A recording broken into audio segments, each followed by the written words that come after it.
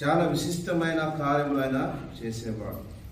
అందుకే ప్రభును స్తుతించేవారుగా మనం ఉన్నాం. అలాగే ఈ సంవత్సరంలో అనేకులు చేరి వచ్చారు. మొదటి ఆదివారంలో చాలా సంతోషకరమైన జీవితం. ఎందుకంటే ఈ సాగుతున్న ఈ జీవితంలో ఇలాగే మనమందరం కలిసి వెళ్దాం. కలిసి వెళ్ళడానికి ప్రభు సహాయం చేయనుగాక. అంతేకాకుండా దేవుడు మనలో మన ఆరాధన ఆయన స్వీకరించాడు. అందుని బట్టి ప్రభును స్తుతిస్తున్నాం. విశేషంగా ఈ ఆదివారపులో నేను ధ్యానిస్తున్నప్పుడు నాకు ఒక విషయం అర్థమైన సంగతి, అది మీకు తెలపాలని ఆలోచిస్తున్నాను. ద్వితీయోపదేశకాండం 8వ అధ్యాయము 2వ వచనం. ద్వితీయోపదేశకాండం 8వ అధ్యాయము 2వ వచనమును నేను చదువుతాను, చూడండి. మరియు నీవు ఆయన ఆజ్ఞలను గైకొందువో లేదో నిన్ను శోధించి నీ హృదయములో ఉన్నది తెలుసుకొనుటకు నిన్ను అణచు నిమిత్తము అరణ్యములో ఈ 40 సంవత్సరములు నీ దేవుడైన యెహోవా నేను నడిపించిన మార్గమంతటిని జ్ఞాపకము చేసుకున్నాము. ప్రార్థన చేసుకుందాం. క్లుప్తంగా మహాగణుడు పరిశుద్ధుడైన తండ్రి, నీ అత్యున్నతమైన నామటి స్తోత్రములు. ప్రభువా, నేను స్తుతిస్తున్నా, నేను కనపరుస్తున్నా. నువ్వు చేసిన మేలులు ఉపకారం బట్టి స్తోత్రములు. ఇంతవరకు నీ సహాయము, నీ ఆత్మ నడిపింపు మాలో మీరు ఉంచినందుకు స్తోత్రములు ప్రభువా. మా ఆరాధన, మా స్తోత్రములు, మా కానుకలు, మా కుటుంబాలను మీరు అంగీకరించుకున్నందుకు నీకు స్తోత్రములు. అవును ప్రభువా, ఇంకా నీకు హస్తంగా జీవిస్తున్న మా జీవితం అంటే దయచేసి క్షమించండి. నేను ఆరాధించే కృపను మా ఎడల మీరు విస్తరించండి. ఇంతవరకు నీ సహాయం అనుగ్రహింపచేశావు, అందుబట్టి నీకు స్తోత్రములు. చదవబడిన లేఖనాలు, ఆత్మతో రాయించిన మాటలు, విశేషంగా మీరు ఆత్మతోనే మీరు మాతో మాట్లాడండి. నిలబడిన నేను బలహీనని బలపరిచి నీ కృపలో వాడుకోమని ప్రభువైన యేసుక్రీస్తు నామమున ప్రార్థించి వేడుకుంటున్నాం తండ్రి. ఆమేన్. ప్రియ సహోదరి సోదరులారా, దేవుని వాక్యములో ముఖ్యంగా ఈ ద్వితీయోపదేశ కాండము అని మనము చదువుతున్నప్పుడు మోషే గారు రెండవసారి ప్రజలంతా అరణ్యములో వాళ్ళు నడుస్తున్న ఆ రీతి, లేకుంటే వాళ్ళు నడిపించబడుతున్న ఆ దృశ్యాలు చూసి ఆయన మరొకసారి ఏం చేస్తున్నాడంటే ఇశ్రాయేలు ప్రజలతో ఆయన మాట్లాడుతున్నాడు. ఏమంటే ఆయన మరల ధర్మశాస్త్రమును రెండోసారి ఉపదేశిస్తున్నాడు. అందుకే అది ద్వితీయోపదేశ కాండం అని పిలువబడింది. ఇక్కడ రెండోసారి ఆయన ఈ ఉపదేశము లేకుంటే ధర్మశాస్త్రమును బోధిస్తున్నప్పుడు ఆయన ఒక విషయాన్ని ఇశ్రాయేలు ప్రజల మధ్యలో ఆయన గుర్తు చేస్తున్నాడు. ఏ విషయం అంటే ఆయన ఒక విషయం చెప్తున్నాడు. అరణ్యములో ఈ 40 సంవత్సరములో నీ దేవుడైన యెహోవా నిన్ను నడిపించిన మార్గమంతటిని జ్ఞాపకము చేసుకో. నిజముగా వాళ్ళు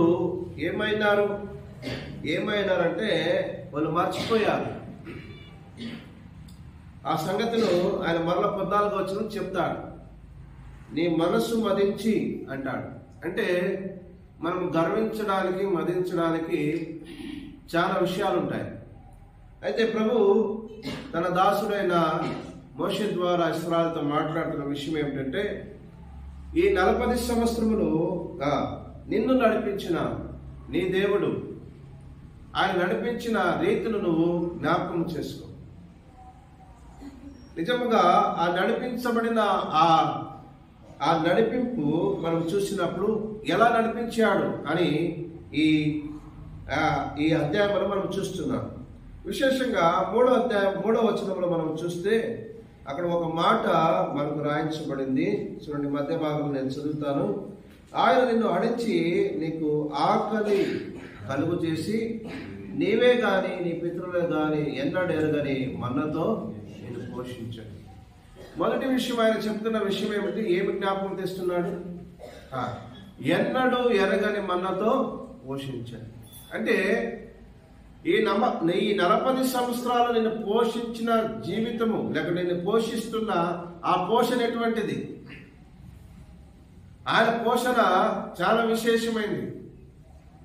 సమాజములో, కుటుంబములో, దేశములో ఎవరు చూపించని, ఎవరు చేయని కార్యములు ఆయన చేస్తాడు.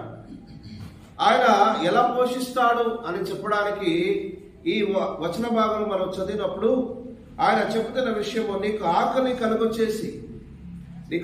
కలుగచేసి నీవే గాని నీ పితరులే గాని ఎన్నడూ ఎరగని మనతో పోషించాను. ఈ 40 సంవత్సరములు నేను పోషించాను ఆయన గుర్తు చేస్తున్నాడు.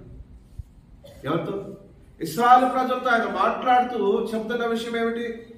ఈ అరణ్యములో ఈ 40 సంవత్సరాలు మీరు నడిచిన ఆ ఒక మార్గమంతటిలో నేనేమిచ్చాను? నేను పోషించాను. ఎలా పోషించాను? ఎవరు ఎన్నడూ ఎరగని మన్నాతో మీకు పోషించాను. నిజముగా ఈ మన్నా అనేది చాలా విశేషమైన ఒక ఆహారం. అందుకే కీర్తనలు 78వ కీర్తన 14, 24, 25 వచనంలో ఏమన్నాడు? ఇది ఆకాశ ధాన్యము అన్నాడు. ఏమన్నాడు? ఇది ఆకాశ ధాన్యము, దేవదూతలు భుజించు ధాన్యము, దేవదూతలు భుజించుతున్న ఆహారము అన్నాడు. అంటే ఈ మన్నకున్న ప్రత్యేకత ఏమిటి? ఆయన చెప్పాడు, నీవే గాని నీ పితరులే గాని ఎన్నడెన్నడూ చూడని, ఎన్నడూ ఎరగని మన్నతో నేను పోషిస్తున్నాను. ఆ మన్నా ఎటువంటిది? ఆకాశములో ఉన్నది, ఆకాశ ధాన్యము అన్నాడు. అంతేకాకుండా అది దేవదూతులు భుజించు ఆహారం అన్నాడు. నిజముగా దేవుని పోషణ ఎలాగుంటుందో తెలుసా? దేవుని పోషణ ఎలాగుంటుందో తెలుసా? ఆయన ఆకాశము తెరచుట ద్వారా ఇశ్రాయేలు ప్రజల ఒక ఆకలిని ఆయన తీర్చివేశాడు. ఒక రోజు కాదు, 2 రోజులు కాదు, ఆయన 40 సంవత్సరములు కూడా ఆయన ఉదయము సాయంకాలము ఒక రోజు విడిచి, శనివారం విడిచి 6 రోజులు ఉదయమున సాయంకాలమున మన్నను ఆకాశము తెరిచి ఆయన కురిపించాడు.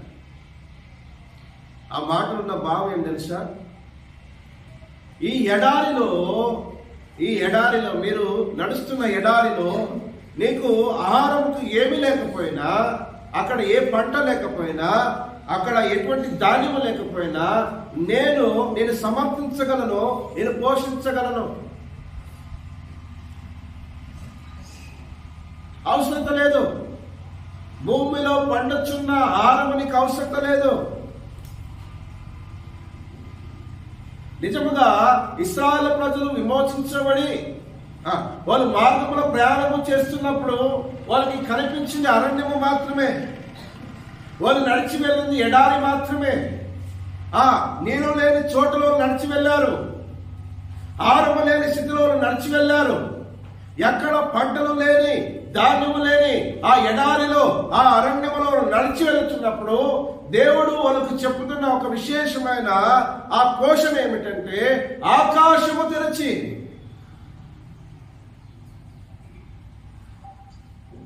ఆకాశము తెరవడానికి ఆయన సమర్థుడు. ఆకాశము తెరిచి దేవదూతులు భుజించుచున్న ఆహారములో ఇశ్రాయేలు ప్రజలకు ఇచ్చారు. ఒక రోజు కాదు, ఒక సంవత్సరం కాదు, 40 సంవత్సరములు కూడా నా పోషణ ఏమిటో అని ఆయన గుర్తు చేస్తున్నాడు. ఈ మాటలు మనకు అర్థమవుతున్న విషయం ఏం తెలుసా? నిజముగా నీకు సహాయం లేనని నువ్వు ఎడారిని నడుస్తుండొచ్చు, నువ్వు అరణ్యం అనే లోకమును నడుస్తుండొచ్చు. అయితే ప్రభు చెప్తున్న విషయం ఏమిటంటే, నీకు సహాయము నేను అందిస్తా, నేను నిన్ను పోషిస్తా, నేను నిన్ను బలపరుస్తా, నేను నిన్ను ఆహారముతో బలపరుస్తాను. నిజముగా ఇశ్రాయేలు ప్రజలు సనుక్కున్నారు. ఇశ్రాయేలు ప్రజలు ఎక్కడ సనగారంటే, సంఖ్యాకాండ 11వ అధ్యాయం 4 నుంచి 9 వచనం చూస్తున్నప్పుడు అక్కడ ఇశ్రాయేలుతో పాటు కొందరు ఎవరు వచ్చారు? మిశ్ర జనితం వచ్చారు, మిశ్ర జనాంగం వాళ్ళతో కలిసి వచ్చారు. ఎప్పుడు? ఇశ్రాయేలు ప్రజలు విమోచించబడుతున్న ఆ పస్కా ఆచరించి విమోచించబడిన దినములో వాళ్ళు విమోచించబడి ఆ ఒక ఐగుప్తును విడిచి వెళుతున్నప్పుడు మిశ్ర జనాంగము వాళ్ళతో కూడా కలిసి వచ్చారు. అయితే ఆ మిశ్ర జనాంగము చెబుతున్న విషయం ఏం తెలుసా?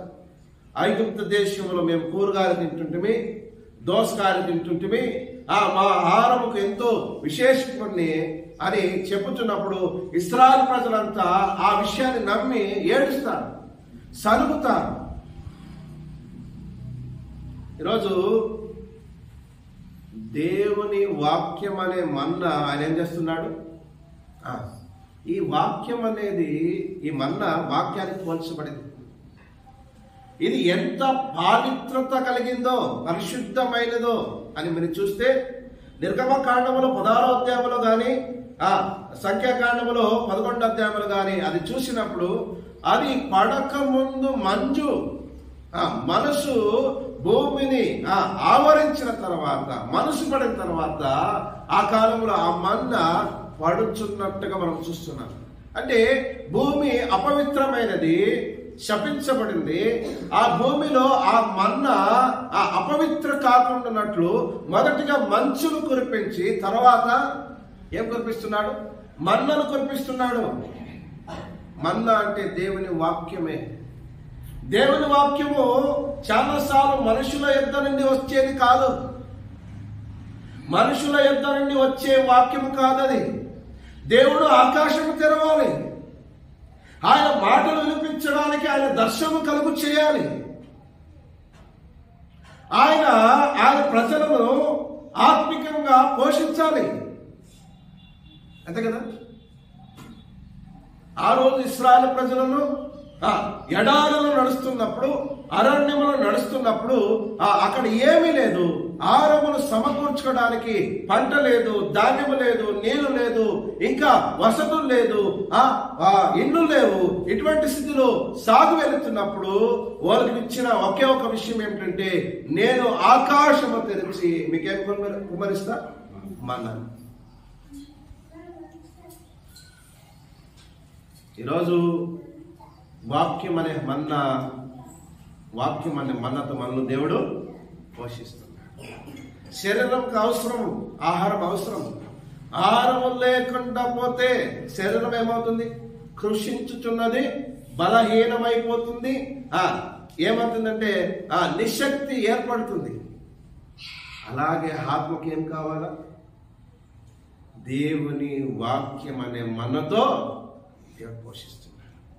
మన ఆత్మలు చల్లరించకుండా, మన ఆత్మలు చల్లబడకుండా అది వేడి చేస్తున్నాడు, అది జీవింప చేస్తున్నాడు, ఆ ఆత్మలకు పోషణ కలుగు చేస్తున్నాడు. అందుకే అన్నాడు, మొదటి విషయం ఏమిటంటే, నేను మిమ్మల్ని నడిపించిన మార్గం అంతటి జ్ఞాపకం చేసుకోవాలన్న విషయంలో మొదటి విషయము, నేను నిన్ను పోషించేదను. ఆయన శారీరకంగా పోషించగలడు, ఆత్మికంగా కూడా పోషించగలడు. ఏలి ఆ వాగు దగ్గర, కెరుతు అనే వాగు దగ్గర ఉన్నప్పుడు కాకులతో ఏలియను పోషించారు. నిజంగా ఏలియను మనం చూస్తున్నప్పుడు 3.5 సంవత్సరం వర్షం లేకుండా ఉన్న స్థితిలో ఉన్నప్పుడు ఏలియను నువ్వు ఎక్కడ వెళ్ళన్నాడు? ఆ కెరుతు వాగు దగ్గర వెళ్ళన్నాడు. ఆ వాగు దగ్గర ఆ నీళ్లను తీసుకొని ఉన్నప్పుడు కాకుల ద్వారా ఏలియను పోషించాడు. రెండో రీతి మనం చూస్తే, ఎక్కడా పంపించకుండా సీదోనులో ఉన్న సారెప్తు ఒక ఆ విధవరాలింటికి వెళ్ళి అక్కడికి వెళ్ళమని చెప్పి ఆ విధవరాల ద్వారా ఏలియను పోషించాడు. నేననుకుంటాను, నిజంగా దేవుడు మనల్ని శారీరకంగా ఆయన పోషించగలడు. అవును కదండి? శారీరకంగా ఆయన పోషించగలడు. ఎందుకంటే మత్తయి రాసిన సువార్త అంటున్నాడు, చూడండి ఆకాశ పక్షులు చూడండి, అవి విత్తవు కొయ్యవు, ఆయనను వాళ్ళకంటే దానికంటే మీరు శ్రేష్ఠులు కాబట్టి అన్నాడు. మనము శ్రేష్ఠులు, ఆయన పోలికలో ఉన్నవారమే.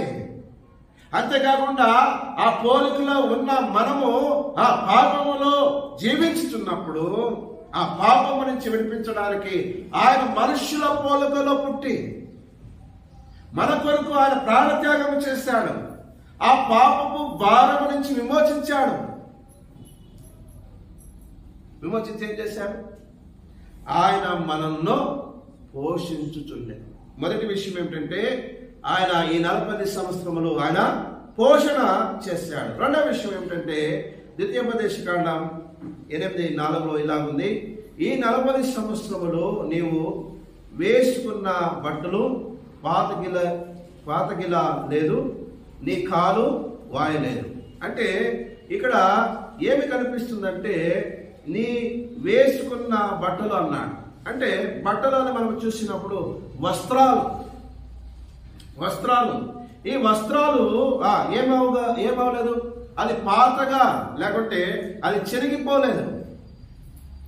ఈ వస్త్రాలు చెరిగిపోకుండానట్లు నిజంగా విజ్ఞానపరంగా మనం చూస్తే వాళ్ళ వస్త్రాలు చినిగిపోవాల్సిందే.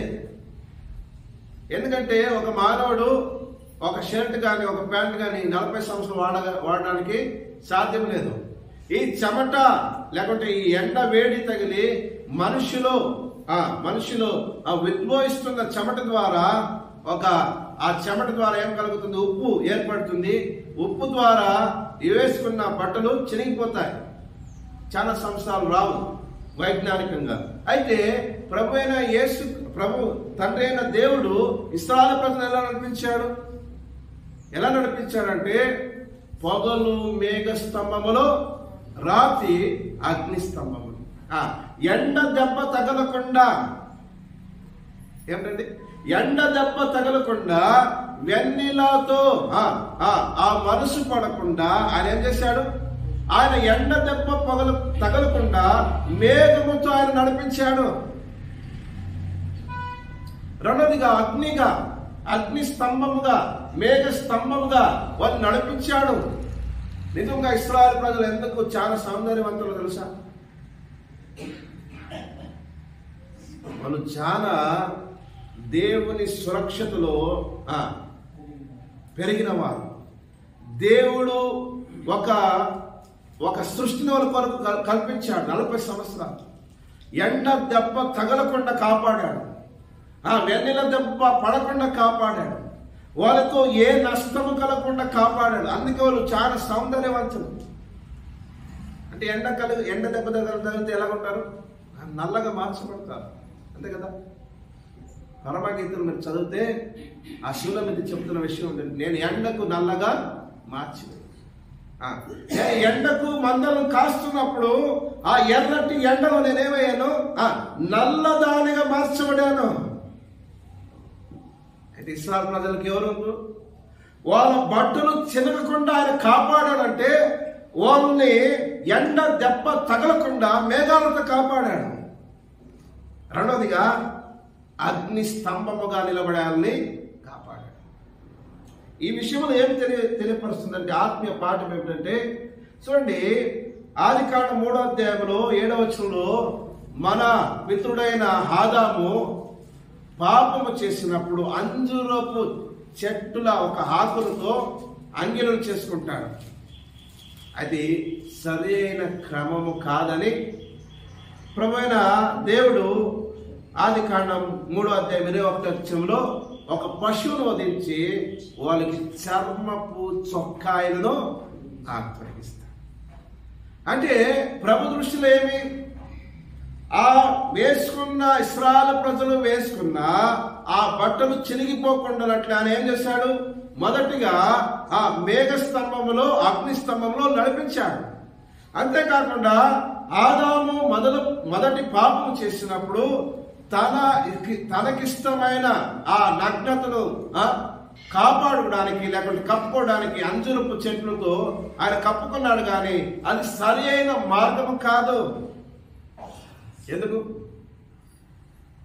పాపముకు క్రయధనం ఇవ్వకుండా మన శరీరమును కప్పుకోవడానికి సాధ్యం లేదు.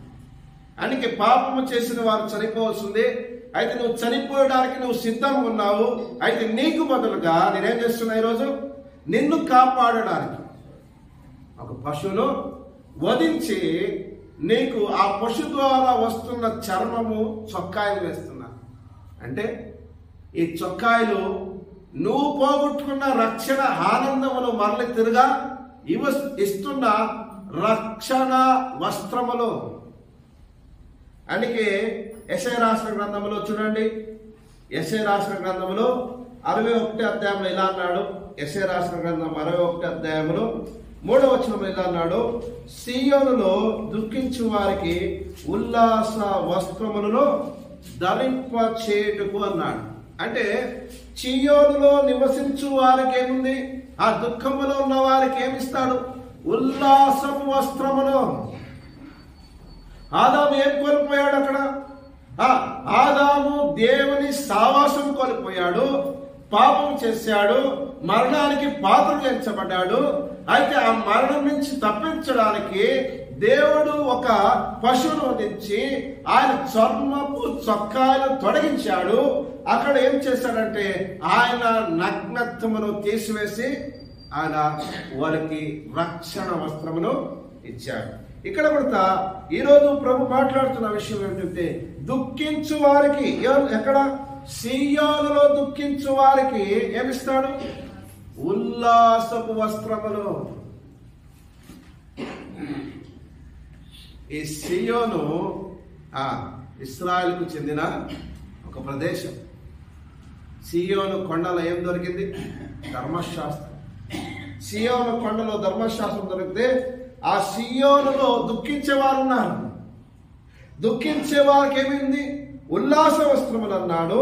అంతేకాకుండా అదే విషయములు ఆయన కొనసాగిస్తున్నాడు. భారభరితమైన ఆత్మలకు ప్రతిగా స్తుతి వస్త్రములు. వింటున్నావా? జాగ్రత్తగా వినండి. దేవుడు ఏం చేస్తున్నాడు?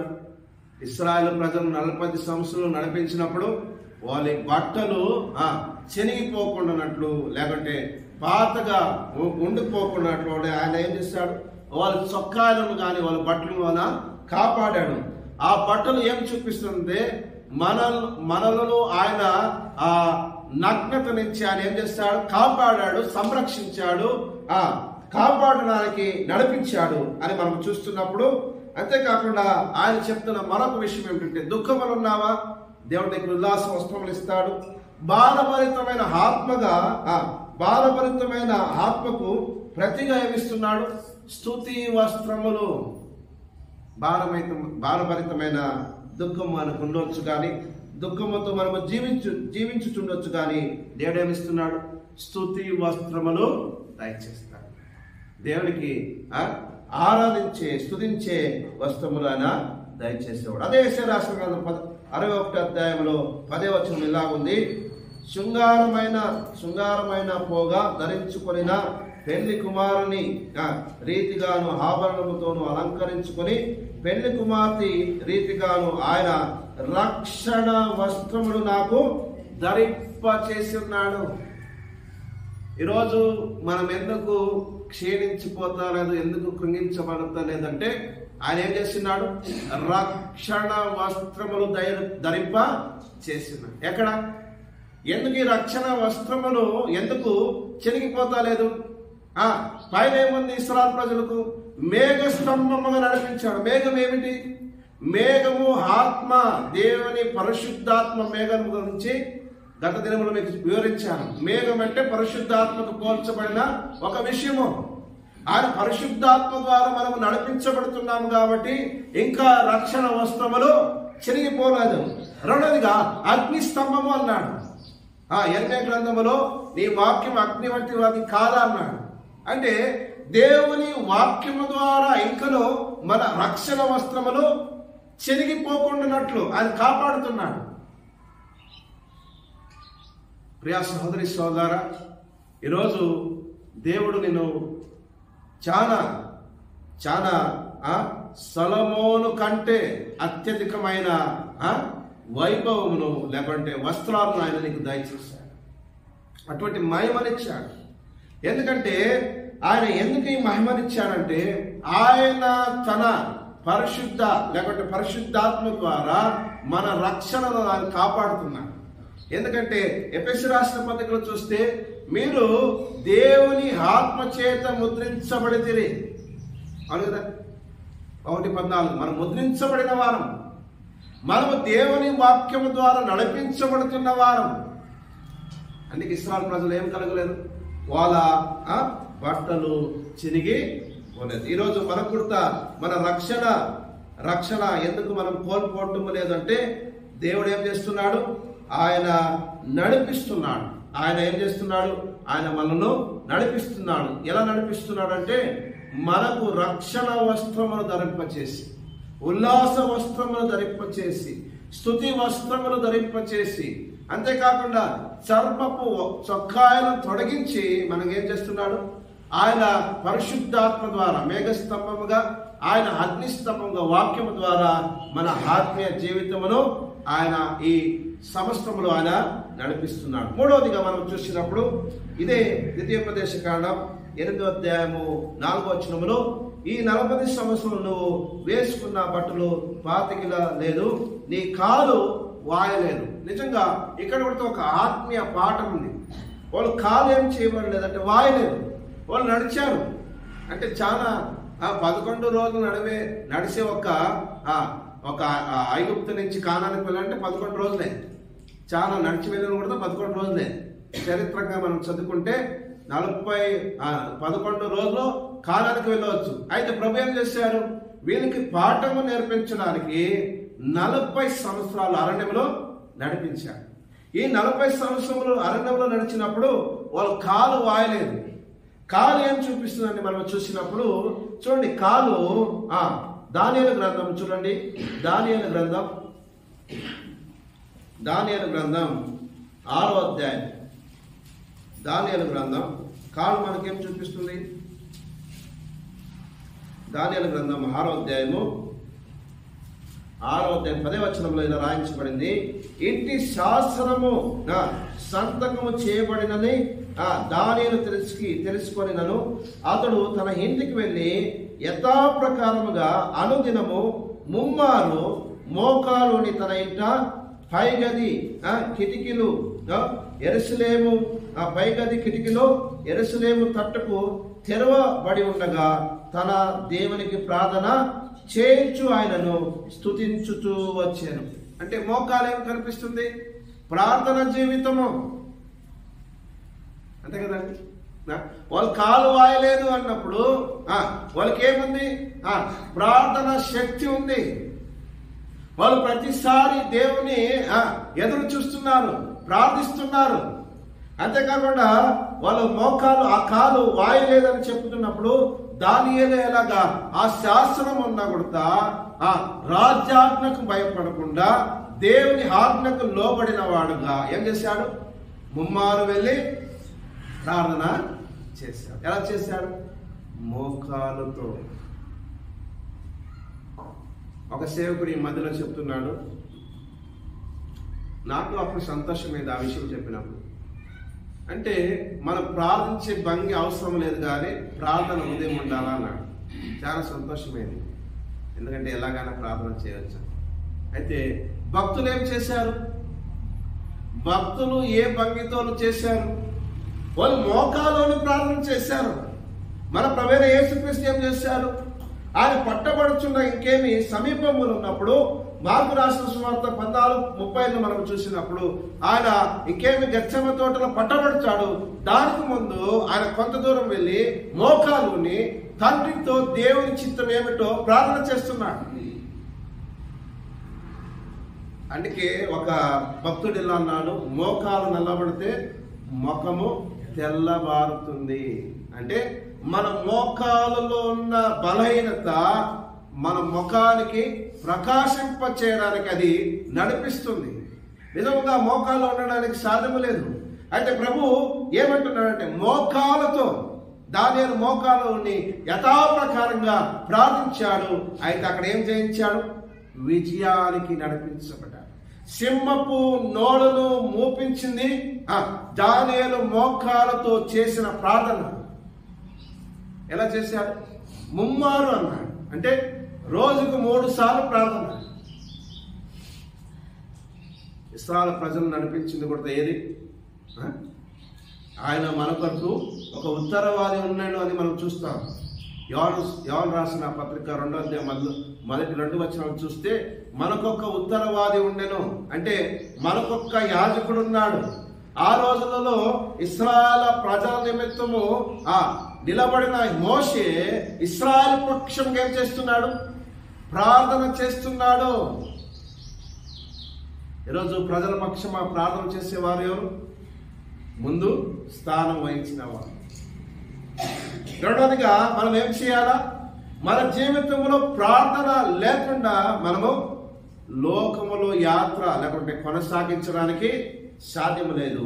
అందుకే చెప్తున్నాడు, వాళ్ళు కాలు వాయలేదు. 3వ విషయము అంటే ప్రార్థన జీవితము కలిగిన వాడు. అంతేకాకుండా మొదటిది ఆయన అన్నాడు, మొదటిది ఆయన పోషణ, రెండోది ఆయన రక్షణ, మూడోది ప్రార్థన, 4వ విషయం ఏమిటంటే 8వ అధ్యాయం 5వ వచనంలో, ద్వితీయోపదేశకాండం 8వ అధ్యాయం 5వ వచనంలో, ఒకడు తన కుమారుని ఎలా ఎట్లు శిక్షించునో అట్లే నీ దేవుడైన యెహోవా నిన్ను శిక్షించువాడని నీవు తెలుసుకొని. చూడండి, దేవుడు శిక్షించేవాడు. ఎందుకు ఈ మాటలు? అవును, మనం ఎడారిలో ఉన్నాము, అరణ్యంలో ఉన్నాము. అంటే ఇశ్రాయేలు ప్రజలు అరణ్యంలో నడుస్తున్నారు, మనం కూడా ఈ లోకం అనే అరణ్యంలో జీవిస్తున్నాము, మనం సాగుతున్నాము. అయితే దేవుడు ఏం చేస్తున్నాడంటే కుమారుని ఎట్లు శిక్షించునో అలాగేం చేస్తాడు? మనల్ని కూడా ఆయన శిక్షిస్తాడు. ఎక్కడ శిక్షిస్తాడు? చూడండి, ఒక మాట, మనం కూడా శిక్షకులో నడిపించబడాలని దేవుడు చెప్తున్నాడు. చూడండి, ఎఫెసీయులకు రాసిన పత్రిక 6వ అధ్యాయము, ఎఫెసీయులకు రాసిన పత్రిక 6వ అధ్యాయము 4వ వచనం, తండ్రులారా మీ పిల్లలకు కోపము రేపక ప్రభు యొక్క శిక్షలోను బోధలోను వారిని పెంచుడి. మొదటిగా ఏమంటున్నాడు? తండ్రులారా ఏం చెప్తున్నాడు? మీ పిల్లలకు కోపము రేపక ప్రభు యొక్క శిక్షలోను బాధలోను వారిని పెంచుడి. నిజముగా మనం పెంచేది ఎవరి కొరకు పెంచాలా? పిల్లల్ని దేవుని కొరకు పెంచాలా? ఎలా పెంచాలా? పిల్లలకు కోపము రేపక. చాలాసార్లు మనము కోపముతో తాపముతో మన పిల్లల పైన చర్య తీసుకుంటాం. ప్రభు అది చెప్పటం లేదు. ఏమంటున్నాడు? మీ పిల్లలకు కోపము రేపక ప్రభు యొక్క శిక్షలోను బోధలోను వారిని పెంచు. ప్రభు ఒక శిక్ష ఉంది. ఇక్కడ కనుక ఏమంటున్నాడు ఇశ్రాయేలు ప్రజలను? ఈ 40 సంవత్సరములు ఒకడు తన కుమారుని ఎలా శిక్షించునో అలా నేను శిక్షిస్తాను. ఎందుకు శిక్షిస్తాడు? ఎందుకంటే చూడండి, ఏప్రిల్కు రాసిన పత్రిక 12వ అధ్యాయము 5వ వచనం, ఏప్రిల్కు రాసిన పత్రిక 12:5లో, మరియు నా కుమారుడా ప్రభు చేయు శిక్షను తృణీకరించకము. అంటే ప్రభు చేస్తున్న శిక్ష మనం ఏం చేయకూడదు? తృణీకరించకూడదు. ఎందుకంటే అక్కడే చెప్తున్నాడు, ఆయన నేను గద్దించినప్పుడు విసుకకుము. ప్రభు తాను ప్రేమించు వారిని శిక్షించి తాను స్వీకరించు ప్రతి కుమారుని దండించును. ప్రభు ఏమి చేస్తున్నాడు? తాను ప్రేమించే వారికి ఆయన శిక్ష ఇచ్చేది. నిజమే కదా? మన ప్రభు అయిన యేసుక్రీస్తు వారు ఆయన ప్రియ కుమారుడు, నేను ప్రేమిస్తున్న కుమారుడు అన్నాడు, నేను ఆనందిస్తున్న నా కుమారుడు అన్నాడు. అవును కదా? నేను ప్రేమించే వారిని నేను చేస్తాను, శిక్షించాను అన్నాడు.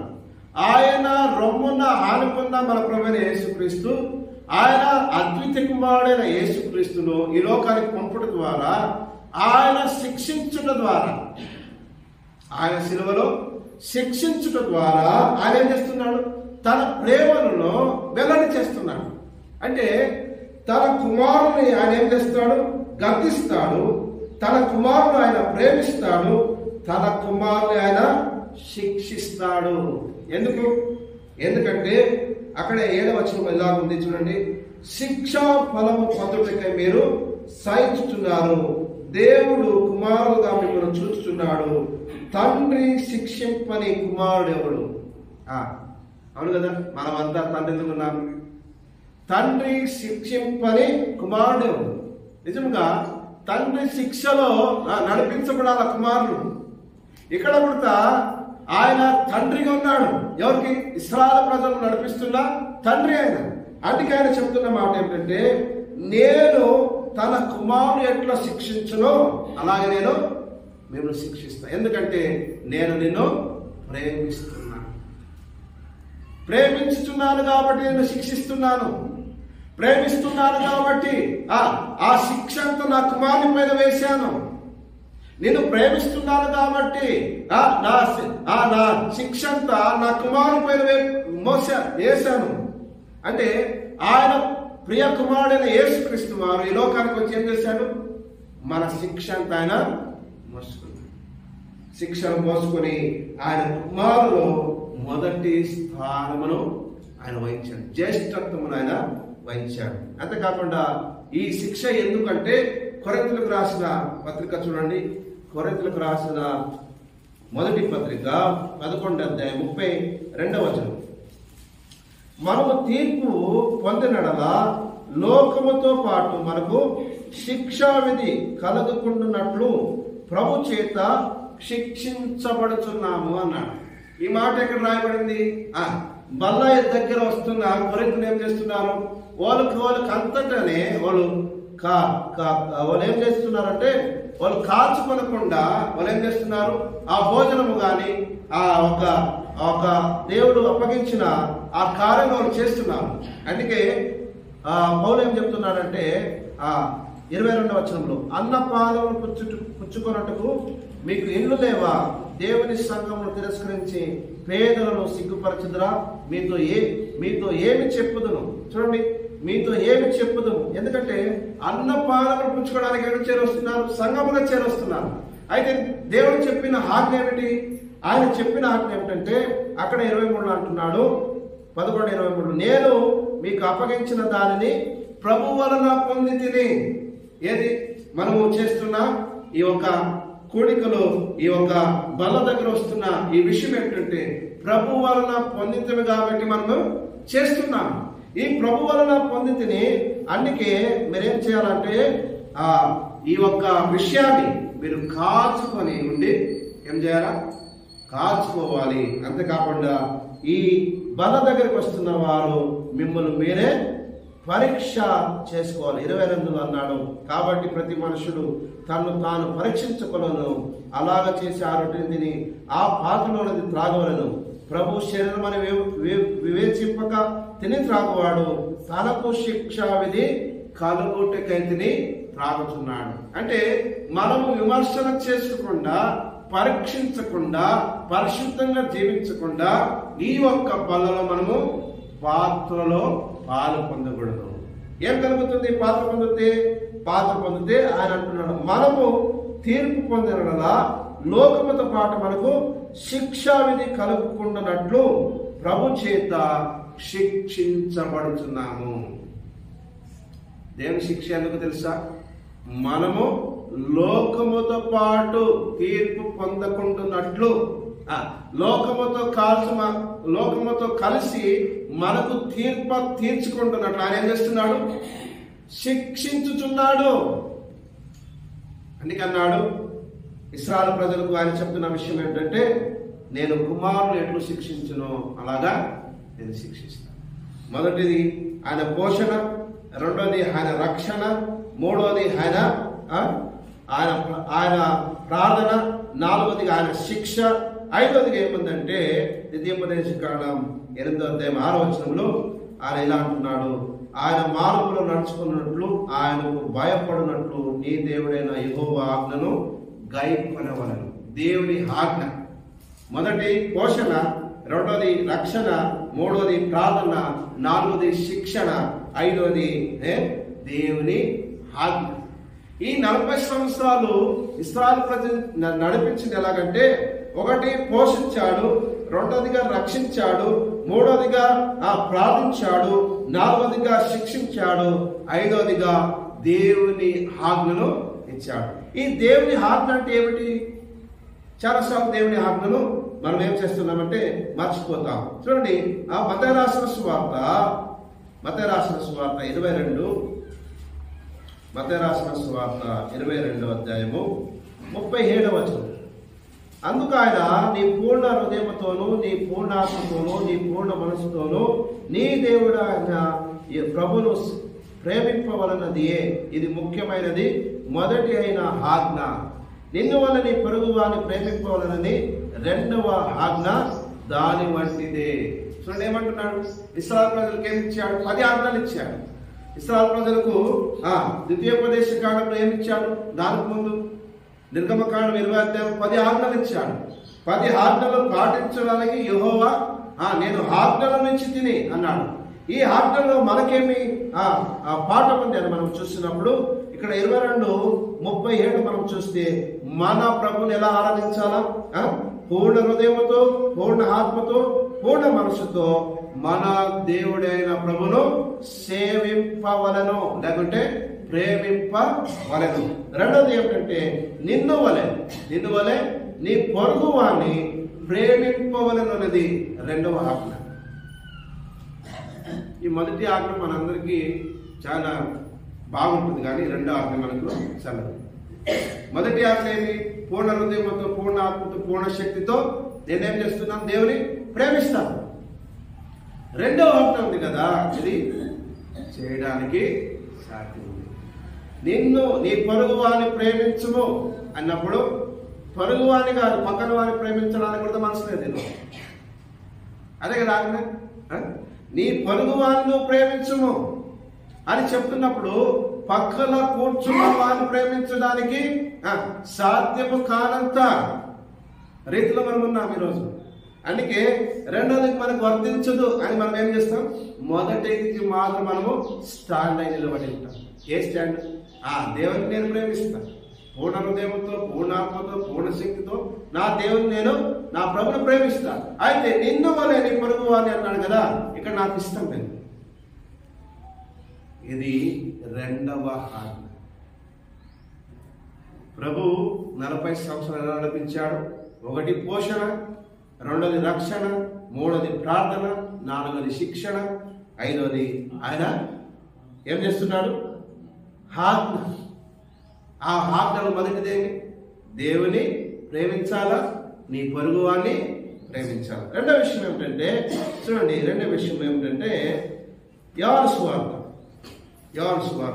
15వ అధ్యాయం 12వ వచనం.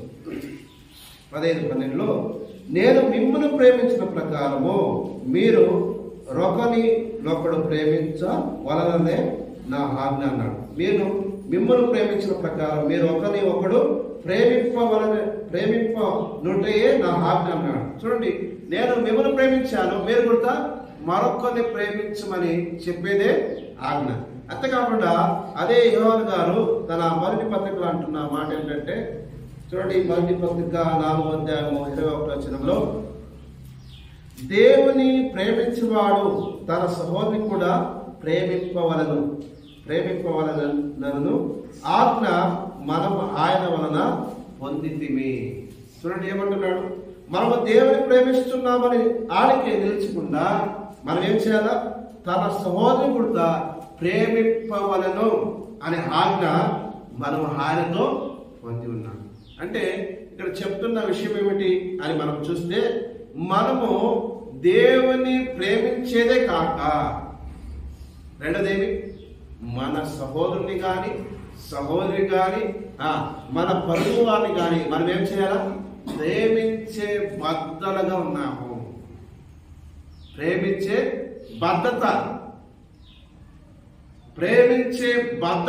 బద్ధతతో కూడినది ఇది రెండవ ఆజ్ఞ. మనం ప్రేమించాలా, అక్కడ వెనకలేదు. ఎందుకంటున్నాడంటే గలతీ రాసిన పత్రికలో నిన్ను వల్ల నీ పొరుగు వారిని ప్రేమించాలన్నది ధర్మశాస్త్రం అంతా ఇమ్మడిగా ఉంది అన్నాడు. నీ దేవుని ప్రేమించవచ్చు, నువ్వు పూర్ణ హృదయంతో పూర్ణాత్మతో ప్రేమించవచ్చు. అయితే నిన్ను వల్ల నీ పొరుగు వారిని ప్రేమించుడు అని చెప్పే విషయంలో 9 ఆజ్ఞలు ఇమ్మడిగా ఉన్నాయి.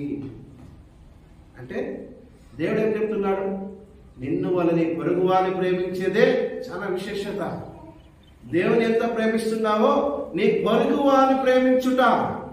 నేను నిన్ను ప్రేమించిన ప్రకారమే మీరు కూడా మరొకరిని ప్రేమించేదే ఆజ్ఞ అన్నాడు. ఆయన మనం ప్రేమించాడు కదా. రెండోదిగా మనకి ఇస్తున్న ఏమిటి ఆజ్ఞ? మనము ప్రేమించే బదులుగా, ప్రియా సహోదరి సహోదరులారా, మనకిచ్చిన ఆజ్ఞ ఏంటంటే మనము ఆయనను ప్రేమించుట దేవుడిచ్చు ఆజ్ఞ. అంతేకాకుండా ఒక మాట చెప్పి నేను ముగిస్తాను. ఎఫెసీయులకు రాసిన పత్రిక 6వ అధ్యాయము 3 వచనాలు మనం చదువుకుందాం. పిల్లలారా, ప్రభునందు మీ తండ్రులకు విధులై ఉండుడి, ఇది ధర్మమే. మీకు మేలు కలుగునట్లు నీ తండ్రిని తల్లిని సన్మానింపుము, అప్పుడు నువ్వు భూమి మీద దీర్ఘాయుష్మంతుడై అవగదు. ఇది వాగ్దానంతో కూడిన ఆజ్ఞలలో మొదటిది. ఏం ఆజ్ఞ? ఏమంటే నీ తండ్రిని తల్లిని సన్మానించు. తండ్రి తల్లికి విరుద్ధంగా ఉంటే మొదటిగా వాళ్ళు ఏమై ఉండరు? దీర్ఘాయుషులుగా ఉండలేరు. తల్లి తండ్రి మాటకు లోబడకుండా ఉండేదైతే వాళ్ళు ఏముండరు? వాళ్ళు దీర్ఘాయుషుగా జీవించాలంటే మొదటిగా తన తల్లిని సన్మానించాలి. ఆ సన్మానముకు యోగ్యకరంగా వాళ్ళని నడిపించాలి. ఇది వాగ్దానముతో కూడిన ఆజ్ఞలలో మొదటిది. ఈరోజు ఎంతమంది పిల్లలు తల్లిదండ్రులు దూరంగా ఉన్నారు, విరోధంగా ఉన్నారు? దేవుడు చెప్తున్న విషయం ఏమిటంటే మనము తల్లిదండ్రులను సన్మానించినప్పుడు మనము ఆయన ఆజ్ఞలోనది నడిపించబడతాం. అందుకే మోషే ద్వారా ఇశ్రాయేలు ప్రజలను నడిపిస్తున్న విషయంలో ఆయన బోధిస్తున్న విషయం ఏమిటంటే ఈ 40 సంవత్సరంలో నీ దేవుడైన యెహోవా నిన్ను నడిపించిన మార్గం అంతటిని జ్ఞాపకం చేసుకో. ఆ మార్గంలో ఒకటి పోషణ ఉన్నది, రెండోది రక్షణ ఉన్నది, మూడోది ప్రార్థన ఉన్నది, నాలుగోది శిక్షణ ఉన్నది, నాలుగోది ఆజ్ఞతో కూడిన దేవుని ఆజ్ఞలు ఉన్నాయి. ఈరోజు మనం ఆత్మీయమైన పాఠాలు ఇలాగా ఇశ్రాయేలు ప్రజలు నడిపించబడ్డారు. ఇలాగ వాళ్ళు నడిపించబడ్డారు. వాళ్ళు అందుకే ఇది మర్చిపోతారని ఆయన ఏమన్నాడంటే 8:14 నీవు మనస్సు మదించి దాసగృహమైన ఐగుప్త దేశం నుండి నిన్ను రప్పించిన నీ దేవుడైన యెహోవాను మరచదేవేమో. మర్చకూడదు. ఎందుకంటే ఆయన నిన్ను పోషించాడు, ఆయన నిన్ను రక్షించాడు, నీ కొరకు పెద్దలతో ప్రార్థన చేశాడు, అలాగే నిన్ను శిక్షించాడు, అలాగే నిన్ను దేవుని ఆజ్ఞతో నడిపించాడు. ప్రియా సహోదరి సహోదరా, ఈరోజు మనము నిజముగా దేవునికి ఇష్టలై జీవించడానికి ఈ ఎన్నో సంవత్సరాలు నాకు అనుకుంటాను దేవుడు 40 సంవత్సరాలు, ఈ 40 సంవత్సరాలు ఉన్నప్పుడు నాకు గుర్తు వర్తిస్తుంది అనిపిస్తుంది. ఎందుకంటే నాకు ఇప్పుడు 40 సంవత్సరాలు ఎలా దేవుడు కాపాడాడో. చాలా మంది ఇంకా వయసు అయిన వారు ఉన్నారు, 70 సంవత్సరాలు, 86 సంవత్సరాలు, 90 సంవత్సరాలు వారు ఉన్నవారు మన మధ్య ఉన్నారు. వాళ్ళు చెప్పుకోవాలా ఏమంటే ఈ 86 సంవత్సరాలు, ఈ 40 సంవత్సరాలు, ఈ 30 సంవత్సరాలు, ఈ 50 సంవత్సరాలు, ఈ 63 సంవత్సరాలు దేవుడు నన్ను ఎలా నడిపించాడో అది జ్ఞాపకం చేసుకుంటా. మనము ఎక్కడ కూడా ఆయన విడిపించకుండా ఆయన మనం పోషించిన రీతి, రక్షించిన రీతి, ప్రార్థించిన రీతి, శిక్షించిన రీతి, ఆజ్ఞలించిన రీతిని నేను జ్ఞాపకం చేసుకుంటా. వాళ్ళు మర్చిపోతారేమని మరలా ఏం చేస్తున్నాడు? రెండోసారి ఉపదేశం చేస్తున్నాడు. ఆ దేశం గురించి కింద భాగంలో రాయించబడింది. ఆ దేశం గురించి ఆయన రాశాడు. ఎక్కడికి వెళ్తున్నారు మీరు అని ఆయన రాస్తూ మంచి దేశం అన్నాడు, జలముల దేశం అన్నాడు, ఆహారము తినే దేశం అన్నాడు, పండ్లు గల దేశం అన్నాడు, రాగిని త్రోవి తినే దేశం అన్నాడు. ఇంకా అనేకమైనది చెప్పాడు. కింద వచ్చిన 7 రకాల ఆ దేశం గురించి వర్ణించాడు దేవుడు. మనం చేర్చబడుతున్నది ఆ కానాను కంటే మిక్కిలి గొప్ప కానానికి మనం చేరబోతున్నాం. అక్కడైతే కొంత మాత్రం ఉంది, పరలోకంలో ఏముంది? సమస్తము. అక్కడ ఏమి తక్కువ కాకుండా అక్కడ అన్ని సమస్తము సమకూడి ఉన్నవి. దయచేసి అటువంటి ఆలోచన ద్వారా మనము యాత్రలో కొనసాగుతాం. దేవుడి తానే మాటలు మన కొరకు దీవించుగాక. ఒకసారి మనం పరీక్ష చేసుకొని 1 నిమిషం ప్రార్థన చేసి కోడికలు మనం ముగించుకుంటాం. 1 నిమిషం కళ్ళు మూయండి. దేవుడు ఏమైనా మీతో మాట్లాడంటే దయచేసి మీ ఆత్మ ఒత్తిడి చేస్తుంటే, దేవుని ఆత్మ ఒత్తిడి చేస్తుంటే మీరు ఒప్పుకోండి. ఎవరి ప్రభువా, ఈ 40 సంవత్సరాలు కాదు, ఎన్నో సంవత్సరాల నుంచి మీరు నన్ను పోషిస్తున్నారు, రక్షణలోనికి నడిపించారు, ప్రార్థించడానికి నాకు ప్రార్థన చేస్తున్నారు, నన్ను శిక్షిస్తున్నారు, నాకు ఆజ్ఞామృతం మీరు దయచేశారు ప్రభువా.